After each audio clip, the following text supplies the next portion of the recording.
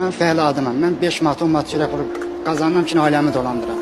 Məni Allah'lıq başıma bu oyunu açıb, mənim adıma şirkət açıb, 150 min vergi borcu yığılıb. İndi mən necə eləyim ki, nətər eləyim bu adımla?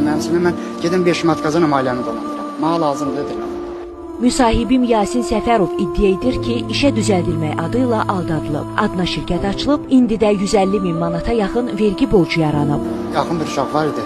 Ona dedim, mənim işə ehtiyacım var.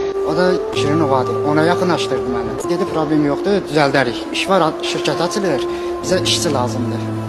Ayda dedi 600 manat, 700 manat. Banklar apardılar, asıl imzazadı açdırdı adıma. Dedi ki, saat bir həftəyə 10 günə xəbər eləyəcək. 2 ay, 3 ay keçdi. Bu adama yazdım ki, nə oldu? Arada məsələn 5 manat, 10 manat pul atırdı, deyə səni işinən eləmişik. Gedim başqa yerdə işləyəndə, getdim orada da adıma kompüter vuranda, kompüterdə baxdılar ki, adıma şirkət var. Mənim adıma şirkət açılır, 3 dənə. Mən də getdim ki, vergilər dairəsinə. Orada da dedilər ki, adıma vergi borcu var.